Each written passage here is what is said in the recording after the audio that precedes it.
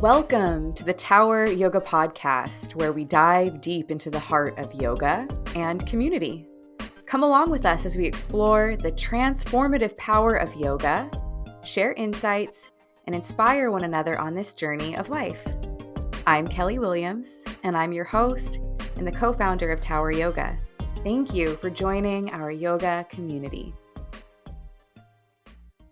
Welcome on in, everyone. You have me for another solo episode. Thank you so much for joining me across time and space, right?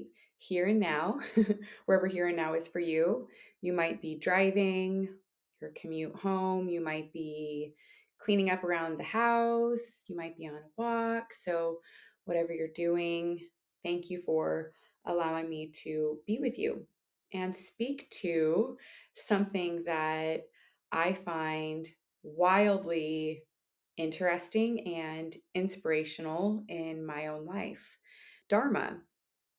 You might have heard that in the yoga world, also known as sacred duty or purpose.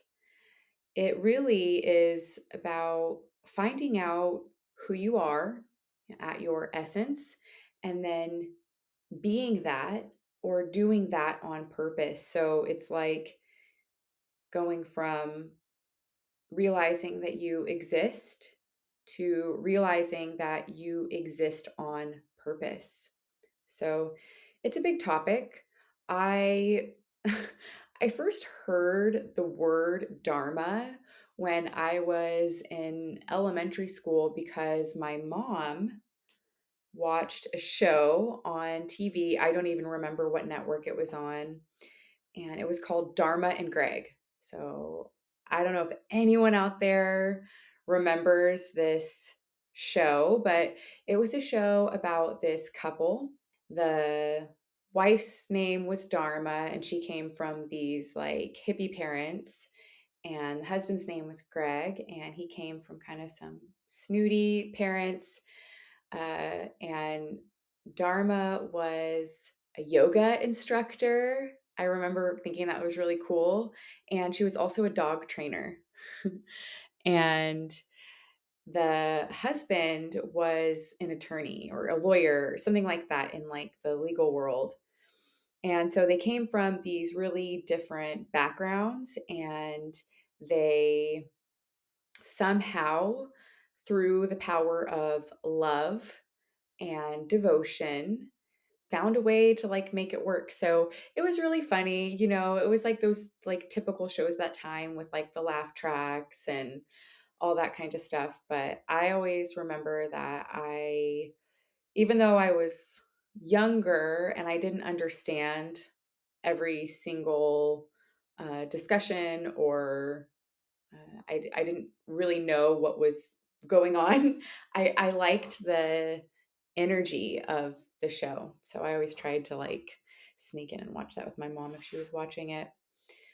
So when I heard the word Dharma later, or I started coming across it when I was 16, 17, getting into yoga and yoga philosophy, I remember thinking back to that show of like, oh, Dharma and Greg, and it's like spelt the same way. And she had hippie parents, and oh, wow, I guess the creators of that show like knew a little something about yoga or even the Bhagavad Gita, which is a cherished Indian text. So that was really cool. I heard the word Dharma kind of thrown around a lot in like workshops or different yoga classes, and I understood it very broadly or generally as like a mission. I remember it being described as like one's soul mission. And pretty much when I translated it in my own mind and heart, it was the word purpose that came to mind. I think it's important that it is, or it was, introduced to me even before I could dive deeper to really get more nitty gritty with the concept, because our own individual Dharma is connected to the Dharma of the collective. So we are guided a lot of times when we go to even just like a regular 60-minute yoga class to set an intention. And you can think of that as like the Dharma of the class. You can have your personal intention, right? And that may or may not be in collaboration with the intention of like the whole class at large. I guess that's the way that I can like break it down. So each and every single one of us has our own personal Dharma, and that is connected to the greater good at large. Let's call it that. So I remember feeling like I really loved the opportunity to set my own intention in class, but whenever a teacher connected that to something that we could all kind of hold and share together, I remember it feeling so much more powerful. And that is why the understanding of Dharma is so crucial in a yoga practice, because it is something that connects the individual actions with the universal principles of the world together. So it ensures that our practices and the things that we do in our life are in harmony with our own, of course, spiritual evolution, but also this evolution and this greater good at a huge collective level. I think that I would love to give you the definition of Dharma. This is from a book called The Great Work of Your Life. It's from an author, Stephen Cope. And we read this in book club not that long ago. And of course, like, I don't feel like there's any one book or piece of literature that I've studied that really just hits every single mark, where there isn't uh, something like left to be desired in every single way. So this book is really powerful. It's one of the books that has helped me understand Dharma in such a deeper way. There's little things about it, like little phrases that he repeats a lot in the book that I feel like are unnecessary and slightly annoying. But aside from some of that kind of stuff and like the way that he writes, it's chock full of nuggets of wisdom. So I highly recommend it if you don't already have it. He says, the yoga tradition is very, very interested in the idea of an inner possibility harbored within every human soul. Yogis insist that every single human being has a unique vocation. They call this Dharma. So Stephen Cope is translating Dharma specifically as vocation. Dharma is a potent Sanskrit word that is packed tight with meaning, like one of those little sponge animals that expand to 6 times its original size when you add water. Dharma means variously path, teaching, or law. For our purposes, in this book, it will mean primarily vocation or sacred duty. It means most of all, and in all cases, truth. Yogis believe that our greatest responsibility in life is to this inner possibility, this Dharma. And they believe that every human being's duty is to utterly, fully, and completely embody his own idiosyncratic Dharma. Not only did yogis name this hidden inner genius, but they created a detailed method for fulfilling it. In fact, the ancient treaty in which this method is spelled out is hands down the most important and well-loved scripture in the world of yoga. I am referring, of course, to the 2,000-year-old treaty on yoga called the Bhagavad Gita, or Song of God. It is the world's greatest scripture on Dharma. My favorite copy of, or I guess my favorite translation of the Bhagavad Gita is by Eknath Easwaran. I first got, I think, like the Bhagavad Gita as it is, and it had like, that like cigarette paper, that like really thin paper and super thick, and I couldn't even really understand the commentary in it. So I think I got another copy, like Stephen Mitchell's translation, which is also really, really good. But I came across this one. I think it was assigned to me maybe in like one of the teacher trainings I've done. Um, and it is just absolutely incredible. I will, of course, make sure that we link all these books in the show notes. I want to break down this word dharma even more. He says, the word dharma means many things, but its underlying sense is that which supports, from the root dri, to support or hold up, to bear. Generally, dharma implies support from within. It's the essence of a thing, its virtue, that which makes it what it is. Ugh, I love it. I love it. I love it. So he goes on to describe or tell a story to kind of hit this home a little bit more. So he says, an old story illumines this meaning with the highest ideal of Hinduism.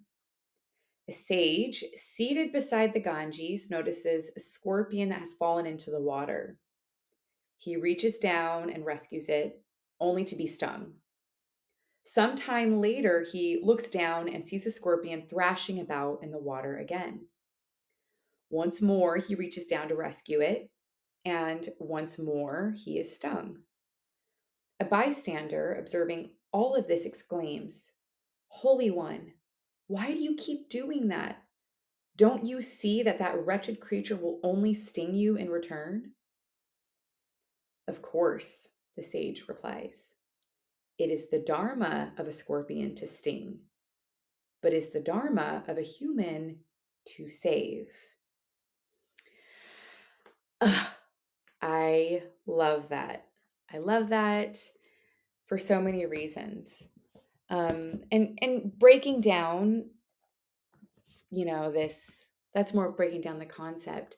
But I don't want to just like brush past this, getting to like the root word, the root of this word, to hold up, three, the root word, to hold up, to support, to bear. It makes me feel like it is the thing that is holding us up in life. It's whatever is within or beneath or around, really like within us, that supports us in moving through existence. And really, the Yoga Sutras, another cherished text, principles that teach us how to live in accordance with cosmic law, speak on, I think it might be Sutra 3.13 or 14, but anyways, in the Yoga Sutras, there's mention of Dharma as being the thing that moves us. It's the moving force. It's the thing that propels us or compels us to act, to move in accordance with what feels right with us. That's even another translation I've heard sometimes of Dharma, righteousness. There is a book called The Language of Yoga. This is from Nikolai Bachman. And I reference him a lot, like especially in teacher training and stuff like that. He is just an amazing yogic scholar. And when I look up the word Dharma in this book, he translates it as religion, law, duty, virtue, and then again, there it is, that which upholds.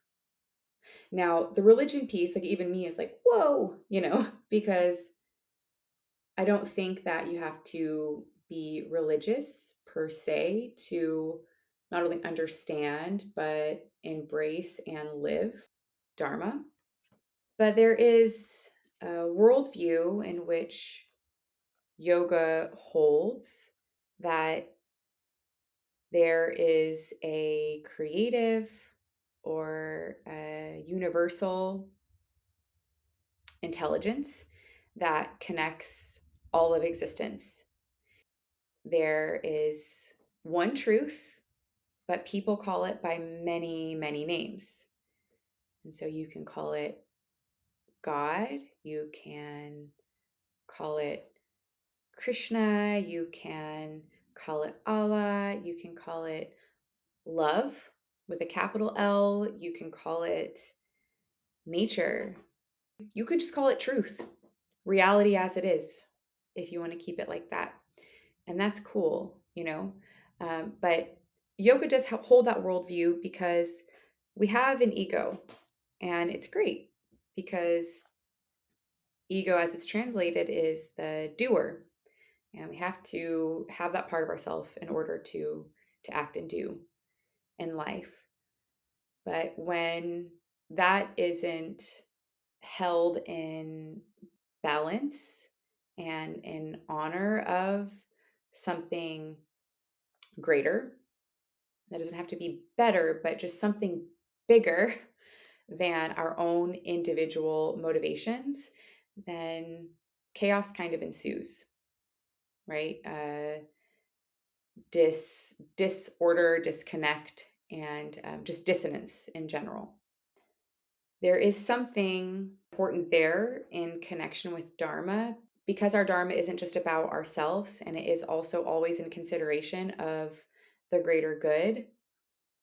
We must offer the fruits of our labor to something bigger.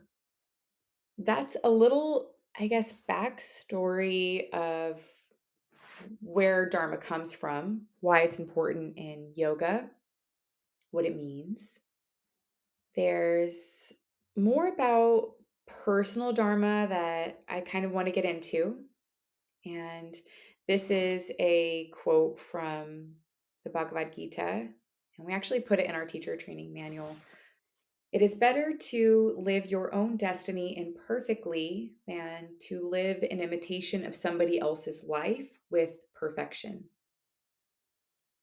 The power of God is with you at all times through the activities of mind, senses, breathing, and emotions. It is constantly doing all the work using you as a mere instrument. A gift is pure when it is given from the heart to the right person at the right time and at the right place, in the right order, and when we expect nothing in return. The piece that really, really strikes me in that is it's better to live your own destiny imperfectly than to live in imitation of somebody else's life with perfection. That's huge. You know, every single one of us is born with unique gifts and talents, even just preferences, inclinations, skills. Well, those are more developed. That'd be cool if you were like just born with the ability to like be really skillful at something right out of the womb. But yeah, it's a little more it's a little bit more developed than that, I think, when it comes to skill. There's this importance in, I think, self-inquiry, which can be done through meditation, through our yoga practice, through meditation, through journaling, therapy, observing nature, making art.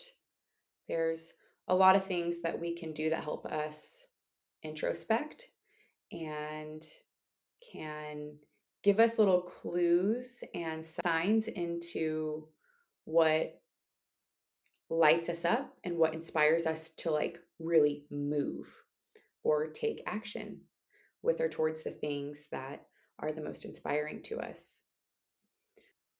Let's get into Stephen Cope's book again, The Great Work of Your Life. He speaks of there being 4 pillars of Dharma. Those 4 pillars are: number 1, look at your Dharma. So discern. What is it in your life that you want to want? Because that's what you think you should want, that's what other people want for you, etc. And what in your life do you, all the way through and through to your core, do you really, really want? What do you really want? Number 2, once you discover that, then do it full out. Commit. It's not a 1 foot in and a 1 foot out, or kind of committing, but then backpedaling. It's commit, unwavering. Number 3, let go of the fruits, release expectations of a very specific outcome. It's a control thing, really, right? Because we can do as much as is in our hands to do, but there is a great mystery of life at play. There is other beings involved. There is nature. There is timing. There is so much else at play that there's more at play out of our hands than within them. So how can we still take inspired action every single day towards the thing we've committed to, while at the same time not gripping onto that very specific outcome that we want so hard that it clouds our clear vision? And then number 4 is turn it over to God. Now, I know that can be a very activating word for lots of reasons. So it is just meaning dedicate your action to something higher. Make it bigger than yourself. He goes a little deeper into this. We'll go back to this discern your Dharma. He says discern, name, and then embrace your own Dharma. There's more times than not, I hear from students, friends, other people on this path that it's not that they are like, I don't know, like, I don't know what it is. It's more oftentimes that they do, but they're afraid. They're afraid that they aren't the person who is ready to live that. And that is where the action day to day really makes all the difference. Every single day, making decisions in alignment with the person who is ready to embrace and live that Dharma is is the way that you commit. Not just being like, this is something that I want, but then being afraid to make whatever changes and shifts that you need to in your life to act accordingly. Then back to number 2, do it full out, that commitment piece. Commit yourself utterly, and this way you can live an authentically passionate life, and you can transform desire itself into a bonfire of light. So it's like transforming the thought or idea into something that you can feel and be nourished by. That provides warmth and light and the ability to transform. Next, number 3, let go of the outcome. It is better to fail at your own Dharma than to succeed at the Dharma of someone else. It makes me think about actors. Like I I can think of, I don't need to like name names, but I can think of like some big actors in Hollywood that play these really powerful and fulfilling roles. They lead these extremely extraordinary lives on screen and then kind of are in shambles in their real life, you know, having a hard time even though they know how to act like that, they don't feel the truth of it when they're not acting, and that's that's reflected in the circumstances of their lives, you know. And I know it's like a little different. There's like way other tangents we can get on with like that specific example. So maybe it's not the best one, you know, but I think even if we take it away from like such an extreme example, I wonder if you, listener, have ever experienced a time when you were involved in a situation, a circumstance, a job, a relationship, uh, you know, involved in a course or some, you know, educational academic pursuit, and you were doing it because someone else wanted you to do it. You were doing it because that was your parents' dream, or because the other person in the partnership really wants it, or because you finally got that job that you worked so hard to get, but realize that it isn't fulfilling you. And you can go through the motions and you can get the achievements, you can live the life, you know, but there's something that doesn't feel alive inside, and life in a way doesn't feel like your own at that point. And whew, I've gone through it. I've gone through it in a few different ways. And I can only imagine you listening have experienced something like that too in your own life in any kind of big or small way.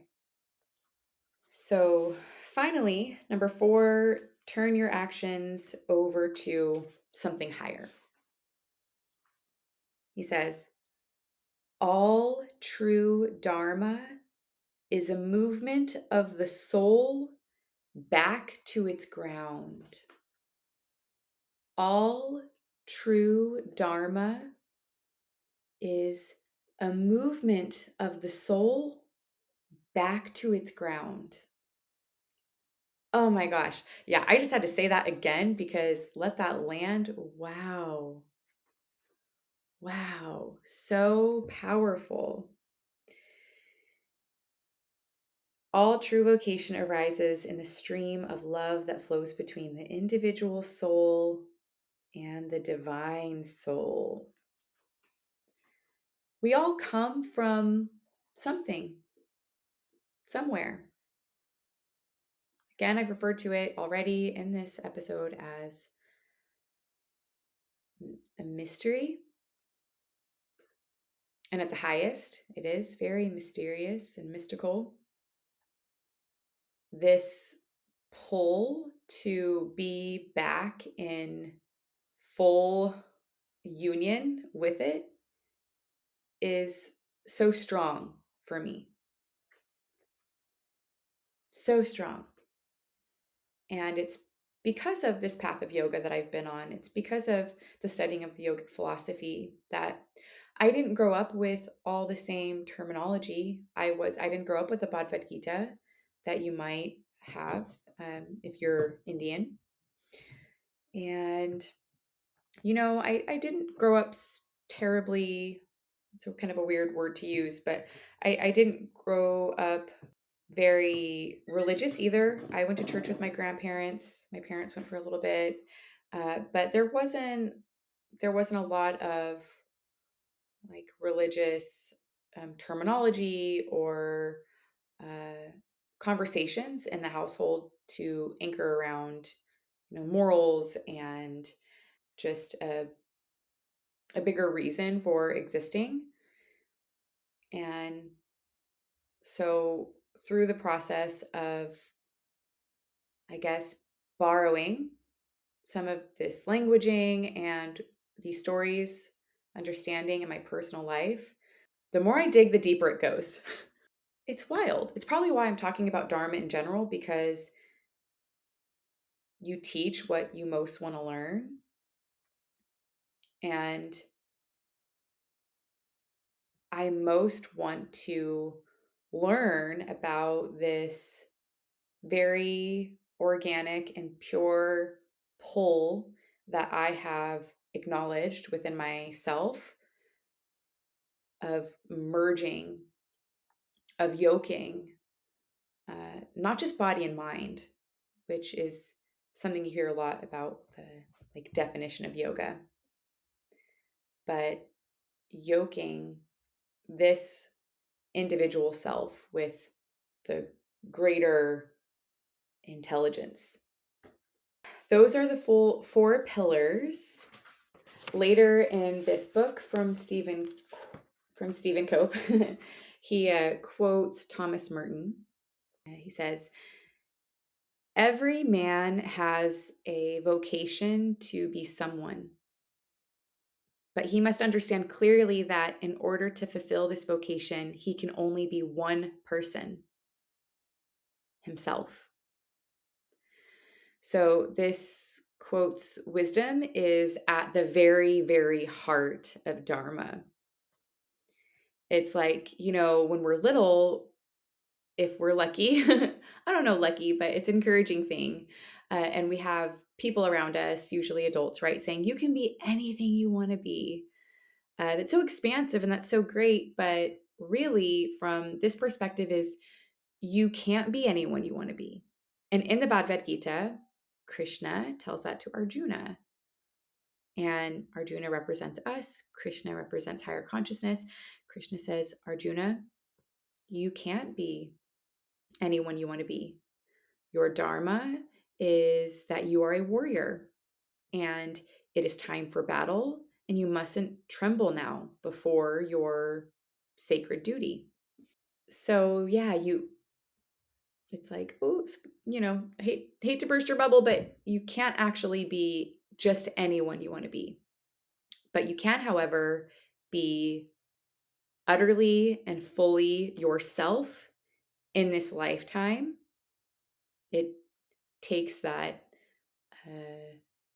recognition and commitment and release of the outcomes and a devotion to something higher, in order to maybe fully actualize and realize oneself, liberate oneself in this lifetime.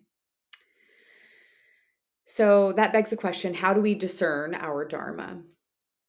How do we discover this inner blueprint of our own lives? So Stephen Cope dives a little deeper with that.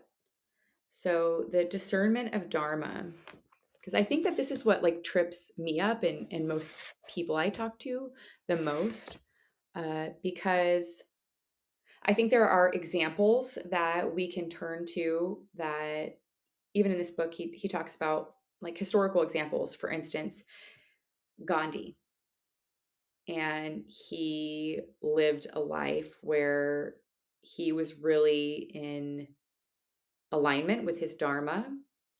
And he, so much so that he helped to do so many things, but really to help his country be liberated from, foreign rule and domination. That's massive, that's like a big extreme example. Another like beautiful and historical figure that we can turn to be like, whoa, they were really living on purpose and dedicating that to something higher, is Harriet Tubman. And she helped free her people, and she put her life on the line, for years. And she, had an extremely uh, close relationship to God. She was doing it for more than just herself, for her people. And even that, she had a devotion to something higher, to God. She had angels, she said, that guided her, that showed her the way down the Mississippi. So, and even to take it back, to Gandhi, he also had something like, yes, like his bigger purpose was to help liberate his country from foreign domination and more. But even as he was dying, the last words he uttered was Rama, Rama, Rama, like God, God, God, God. It's like a beautiful story. Like, can you imagine? He was murdered in cold blood, and the last words he uttered as he was lying on the floor dying was God's name. Like, wow, just really powerful stuff. These are some historical figures that are really, it can be like, well, oh my God, like I'm not Gandhi, like I'm not Harriet Tubman, but we can be inspired by the qualities that these extraordinary humans um, exhibited, and just also recognize that they were inspired and embodied the qualities of who they looked to, who they offered their efforts to. They had their own symbols of what something higher meant to them, but it was the same devotion and it was the same qualities. So for us, it's like, okay, well, that's great, but that's huge. That's a little overwhelming. Don't be overwhelmed. It's good to have these big, I think, ways to like see to believe that these qualities can exist. And, like they were born humans just like us, both of them. And with their own circumstances, their own uh, traumas and hurts, and, into their own like injustices. And they are special, but they aren't any more special or any different than anyone else on the planet. But they found something, and they found a source of strength and resilience by allowing themselves to like look at something bigger than just themselves. Discerning Dharma, there's a few things here. So number one, trust in the gift. What's the gift? What's the gift? The gift can be whatever it is that moves you, whatever it is that lights you up, whatever it is that like gets you out of bed in the morning. It might just be coffee, but I don't know. Maybe your gift has something to do with coffee. I don't know. But what is that thing that not only gets you out of bed in the morning, but what is the thing that drives you? Right? Here's the other thing that we can talk about. Like, if your basic needs are not met, then it could potentially be really hard to move in that way of self inquiry because you're just trying to survive. And that that makes sense. All I know is I don't have a perfect answer or response for that, but it is inspiring for perspective to, again, look to someone's life like Harriet Tubman, who was born into slavery, who dealt with, a horrific set of life circumstances from the time she was born. And there was still a way. There was still a way for her to connect to that thing. So I hope that provides more inspiration than anything. Um, Forgive me if that seems out of touch or anything like that. I just wanted to speak on that, just for a perspective. Um, doesn't minimize or discount anything that anyone else is personally going through. I did want to touch on that though. Everyone's born with gifts. Gifts don't have to look like, here's the other thing, gifts don't have to look like the ability to play an instrument or the ability to like make a masterpiece of art.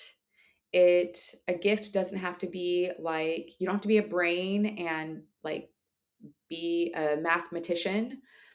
It doesn't have to directly connect to something like creative or highly intellectual.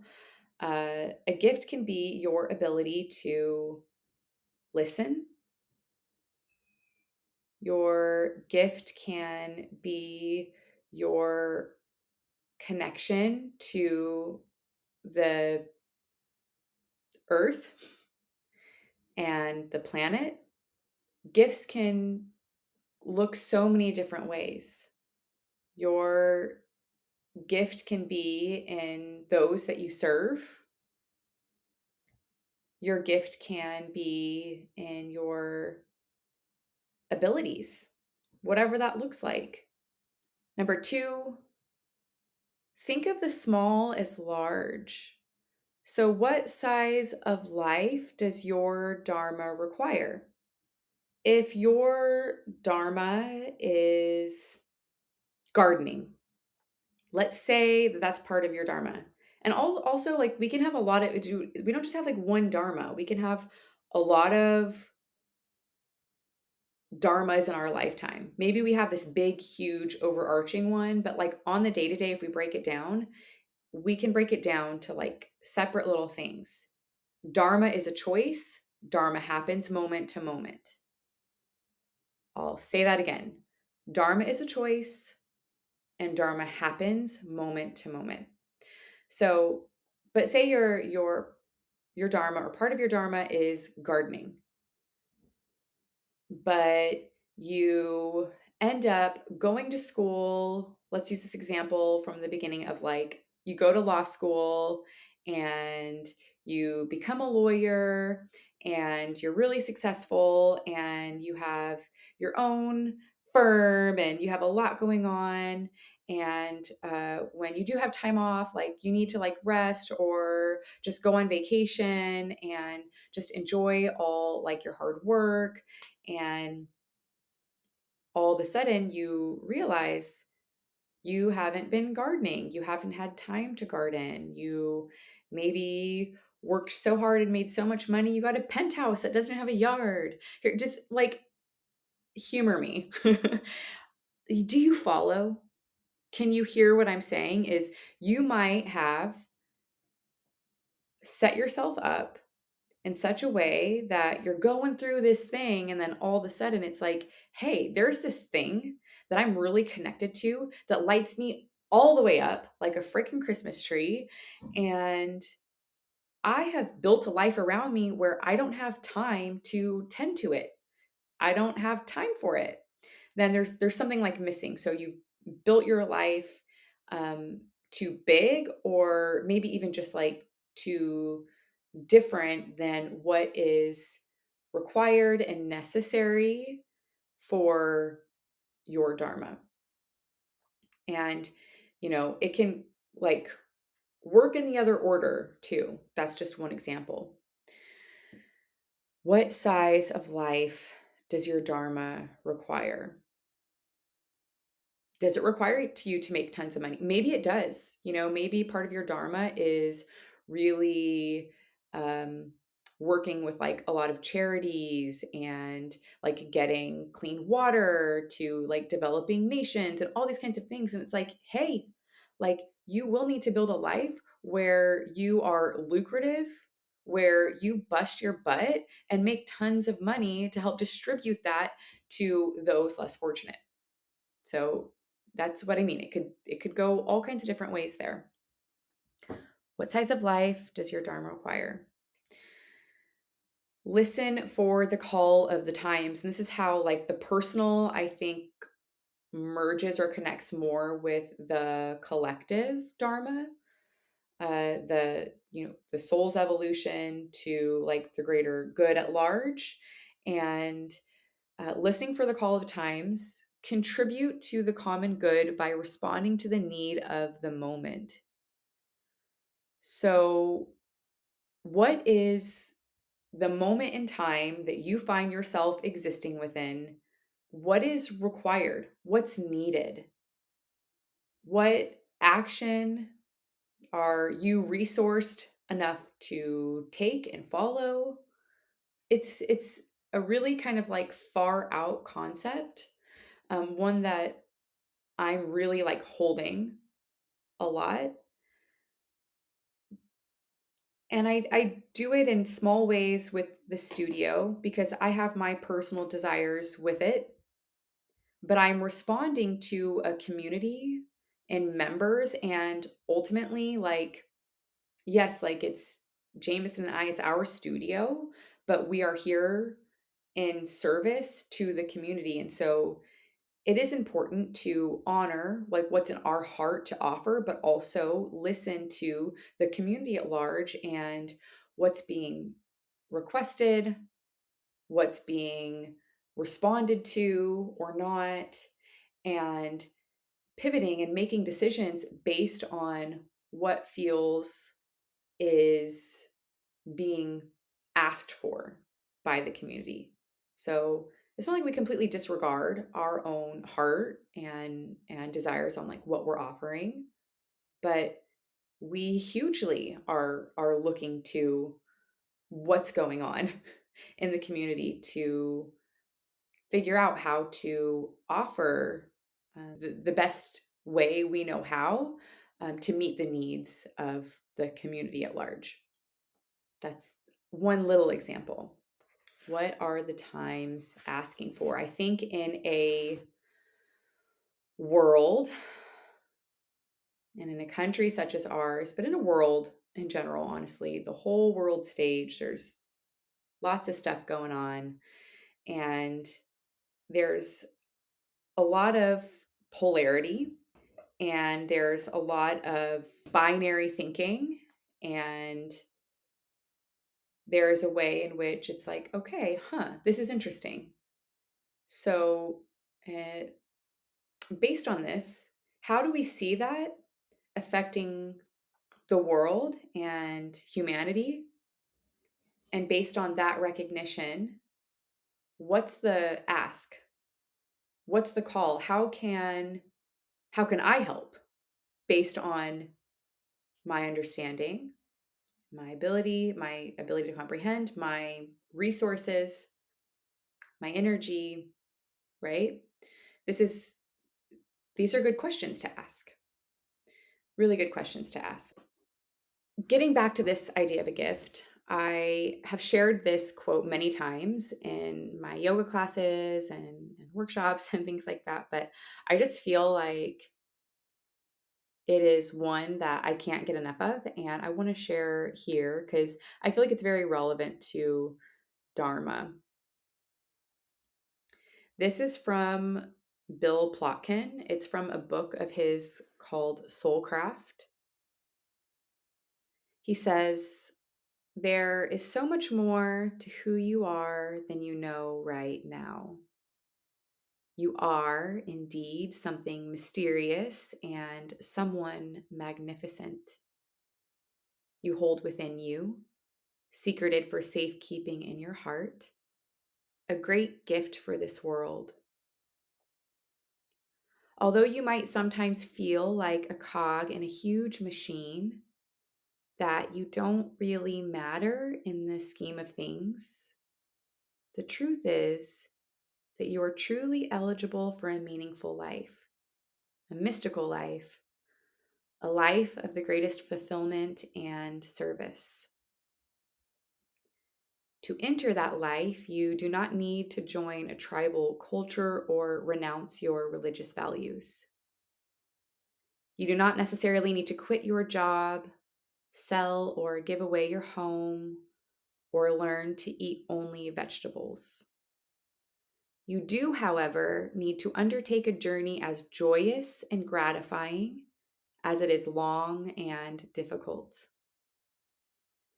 You will perhaps have to make sacrifices of the greatest sort along the way, but you will not be able to determine what they might be before you start.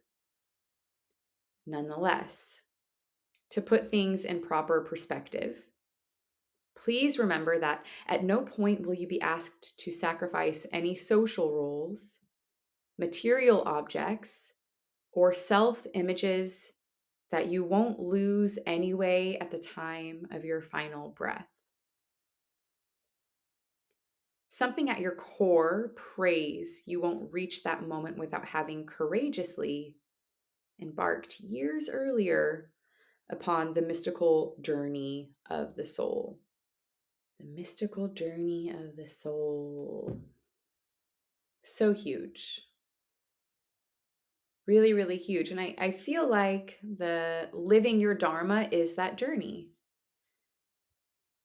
It's the mystical journey of the soul, but it's connected to something higher, and it's guided by your natural ability to recognize and know what feels inspiring to you, what moves you. Like, what moves you? What is it? I'm curious. Let me know. So we are getting up towards an hour here.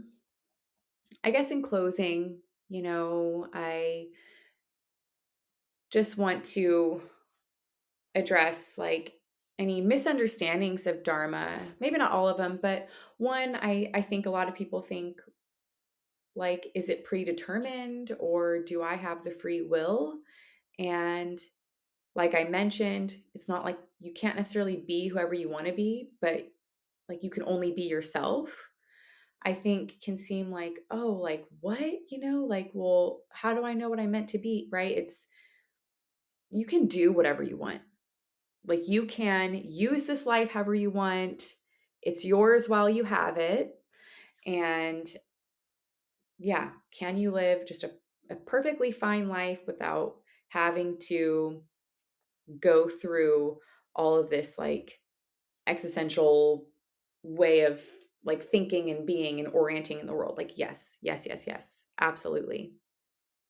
But you are born with a certain hand or lot in life, right? And it's like, it's about, Dharma asks, okay, how do you understand your lot in life and use absolutely everything you can use to the fullest to get the most out of it? And yeah, just recognizing like your life isn't someone else's. Your gifts are different than others. Your circumstances are different. Letting that be something that you embrace. And of course, like, we can all make change in our lives and get ourselves in different situations, and hopefully, but at the end of the day, our heart wants what our heart wants. Our gifts are what our gifts are. So yeah, there, to me, I find it actually very relieving that I'm just who I am. And the only person I can be is who I am. I don't find that uh, limiting. I find that freeing. So that's just one argument I've heard of, like, oh, that's so limiting, and as like an argument, or I don't know, a misunderstanding of Dharma. It's different. It's not the same as destiny, which is a whole nother topic. If we talk about Dharma as a choice, and I already said it again, like Dharma is a choice. It's the choices we make on the day to day. It's the choices we make in our life, big and small, that are part of how we orient and align with like the essence of who we are. Dharma is a choice, moment to moment. There's challenges in following one's Dharma, again, like I said, because of fear of other people's opinion, fear of like what we might have to give up, or what we might have to embark on, or what we might have to take on, fear that it will be too hard, fear that like we'll risk too much, and Stephen Copen's opening lines of that book that I shared is like asking, like, what do you fear the most? And pretty much he shared, like, I'm afraid of dying. Not necessarily like of dying of a painful death or how it's going to feel, but I'm afraid of dying without having lived first, without having risked enough to live the life that I know it is that I was meant to live. And that is speaking directly to an intuitive kind of understanding of even having a Dharma. Fears, working with that, working with fear. And so, how do you overcome fear? I don't know. Really, I think it's untangling from the process of going on a path of Dharma will help you untangle, okay, what is the life that I really want? How am I living for myself? How am I living for others? What am I doing because it's out of my heart? What am I doing because I'm afraid of like other people's opinions or what they're going to think? And it's understanding and then resourcing yourself to make changes that you feel inspired to. And it's going to be through lots of different ways, right? It could look so many different ways. It could be that you resource yourself through good food and great hydration and friends and therapy and spiritual practices and all these things, that you strengthen your resilience to withstand some of the fallout that could potentially happen, or just the effort that is required relative to the sacred duty or purpose or vocation you feel that is meant for your life, meant for you. So there's lots of different ways. Maybe that'll be a whole nother podcast talking about ways to overcome fear. I'm still really working in that a lot, a lot, a lot, a lot. I work with that in meditation every single day. And I could feel it even when I'm talking about it, especially fear of other people's opinions. It's just huge, and I've come a long way with that, but that one's a hard one to shake. Meditation, friends, self-reflection, those things help. Read on these concepts. I, again, will note in the show notes some of these books I referred to, but also journaling, like I said, helps a ton. Or maybe I didn't say that. Journaling helps a lot. Meditating, contemplating, and just paying attention, like in your daily life, in your day to day. What are the things that you feel pulled to? Do you gravitate towards? Do you feel excited about? And even thinking like in your free time, and the time that you have where you're not working or you don't have like any obligation to get to, what's the thing that like makes you the most excited? Like, is it travel? Is it quality time with people you love? What is it? What is it? And let that start to teach you or reveal to you what's within. breaking down the concept of Dharma into thin slices, I think is 100% what helps this become more and more tangible. So, for instance, like I said this in the beginning of class of like, when we set an intention at the beginning of class, that's kind of like the dharma of the class. Like that's your dharma in the container of the yoga class you're in. And that's a way to practice discerning, to committing, to letting go of the fruits of your labor. We end up coming to Shavasana after every class and surrendering, and then like offering it to something higher. We might not necessarily think about it so consciously in that way when we're coming to a 1 hour class.